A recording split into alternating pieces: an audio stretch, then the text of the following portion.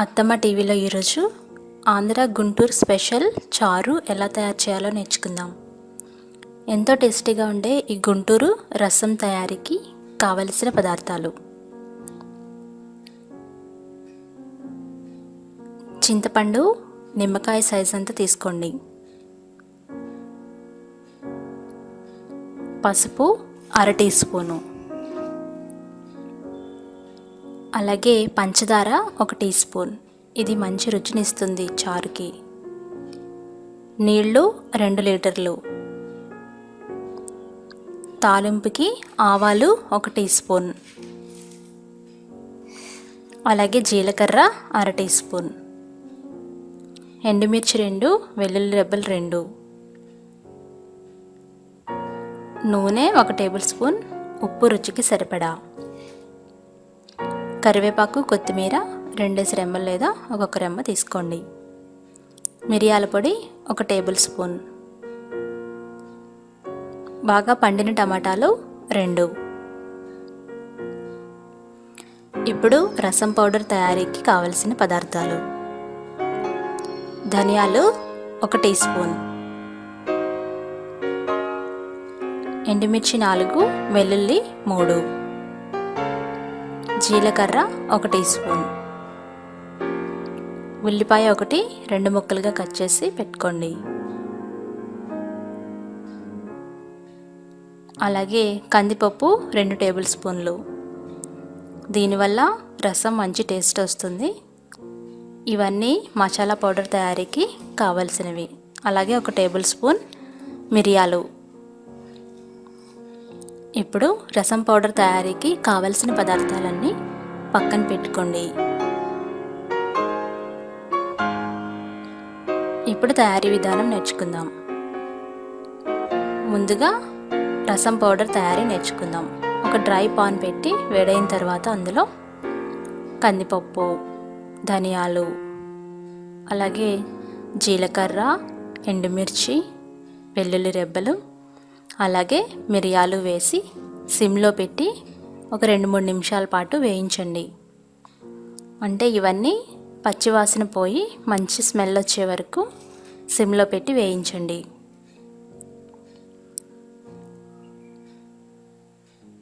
వీటి వల్లే రసం ఎంతో రుచిగా ఉంటుంది. ఇవి 2-3 నిమిషాలు కలర్ మారిన తర్వాత స్టవ్ ఆఫ్ చేసుకొని చల్లారబెట్టండి. ఆ తర్వాత దీన్ని మిక్సీ జార్లో తీసుకోండి. చల్లారని మిశ్రమాన్ని మిక్సీ జార్లో తీసుకొని దాంట్లో కట్ చేసి పెట్టుకున్న ఒక ఉల్లిపాయ వేయండి. వేసి మూత పెట్టి అది బాగా పేస్ట్ లాగా గ్రైండ్ చేయండి. చూసారు కదా, ఇప్పుడు గుంటూరు రసం మసాలా పేస్ట్ రెడీ అయింది. ఇది ఎంతో మంచి వాసన వస్తూ చక్కగా ఉంటుంది. బాగా స్మూత్ అయ్యే వరకు రెడీ చేసుకొని ఒక బౌల్లో తీసి పక్కన పెట్టుకోండి.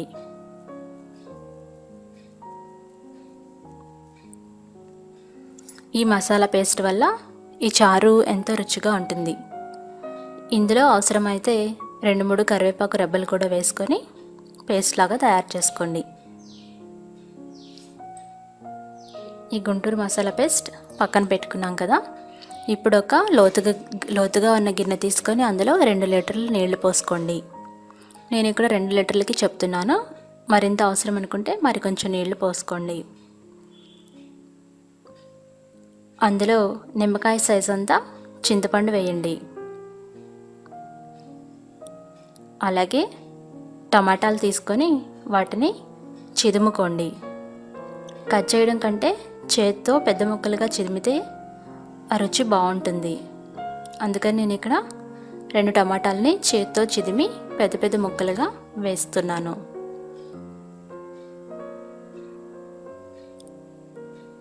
ఈ పులుపు మీ రుచిని బట్టి వేసుకోండి. చింతపండు మరింత కావాలనుకుంటే మరింత వేసుకోవచ్చు. అలాగే దానికి సరిపడా ఉప్పు వేసుకోండి.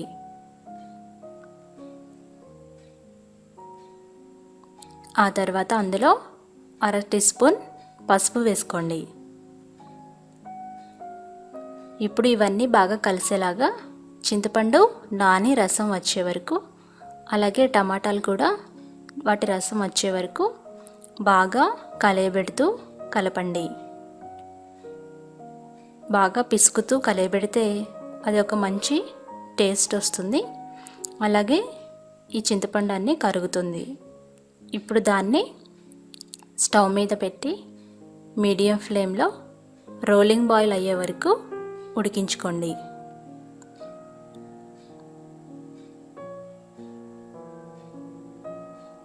రోలింగ్ బాయిల్ వచ్చేంత వరకు దాన్ని మనం ఉడికించాలి.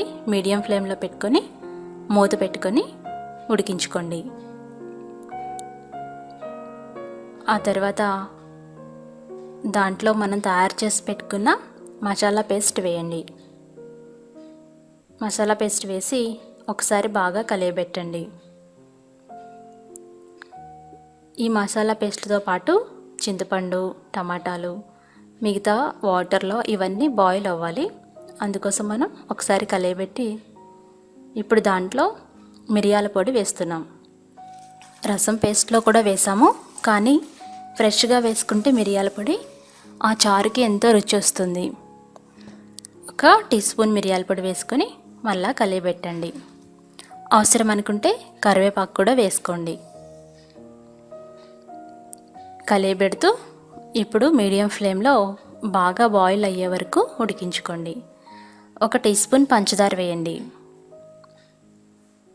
సిమ్లో పెట్టి చక్కగా బాయిల్ చేసుకోండి. పంచదార వల్ల చారు ఎంతో రుచిగా ఉంటుంది, తీపిదనం ఏమీ రాదు. అందుకే మనం ఇక్కడ ఒక టీ స్పూన్ వేస్తున్నాం. అలాగే బాగా కలియబెట్టండి. ఇప్పుడు రుచి చూసుకొని అవసరం అనుకుంటే సాల్ట్ వేయండి.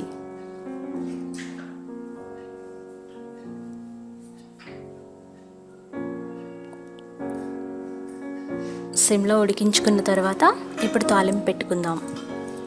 తాలింపు గిన్నె పెట్టి దాంట్లో ఒక టేబుల్ స్పూన్ నూనె వేసి వేడి చేయండి. నూనె వేడైన తర్వాత ఒక టీ స్పూన్ ఆవాలు వేసి అవి పేలే వరకు ఉండండి. ఆవాలు పేలకుండా వేస్తే చేదు వస్తుంది. అందుకని మనం ఆవాలు పేలిన తర్వాత అందులో వెల్లుల్లి రెబ్బలు, ఎండుమిర్చి, జీలకర్ర వేసి ఫ్రై చేయండి. అలాగే కరివేపాకు కూడా వేసుకోండి.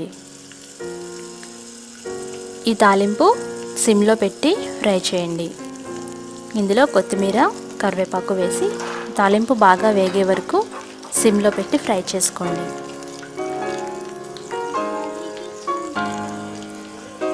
అది మంచి స్మెల్ వస్తుంది తాలింపు, అంతవరకు మనం ఫ్రై చేసుకోండి. అలాగే తాలింపు పెట్టుకునేటప్పుడు జాగ్రత్తగా చేసుకోండి, లేదంటే అది మొహం మీదకి తొలుతాయి.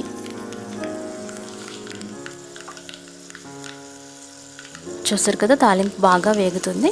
ఇప్పుడు దాన్ని చారు పెట్టి ఆ చారులో ఈ తాలింపు వేసుకోండి.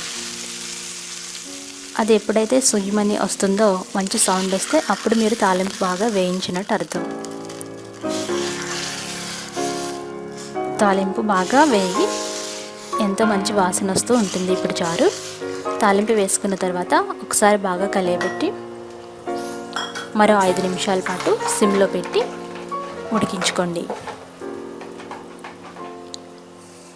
అది సిమ్లో బాగా ఉడికిన తర్వాత స్టవ్ ఆఫ్ చేసుకొని వేడివేడిగా సర్వ్ చేసుకోండి. ఏదైనా ఫ్రైతో కానీ లేదా నాన్ వెజ్ కర్రీతో కానీ ఈ రసం ఎంతో బాగుంటుంది. ఈజీగా ఉండే ఈ టేస్టీ అండ్ స్పైసీ గుంటూరు రసాన్ని మీరు కూడా తయారు చేసుకొని రుచి చూడండి. మరిన్ని రెసిపీస్ కావాలంటే దానికోసం అత్తమ్మ టీవీ సబ్స్క్రైబ్ కాగలరు. ధన్యవాదములు.